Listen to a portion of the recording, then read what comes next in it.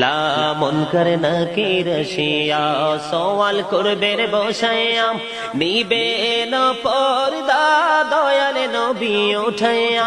সালাম জানাব কদম সুইয়া ইয়া রাসূলুল্লাহ ইয়া হাবিবাল্লাহ ইয়া রাসূলুল্লাহ লা গোসল করাইয়া কাফন পরাইয়া যখনই রাখিবে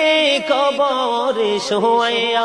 লইও গো কোলে গোলাম বলিয়া ইয়া রাসূলুল্লাহ ইয়া হাবিবাল্লাহ ইয়া রাসূলুল্লাহ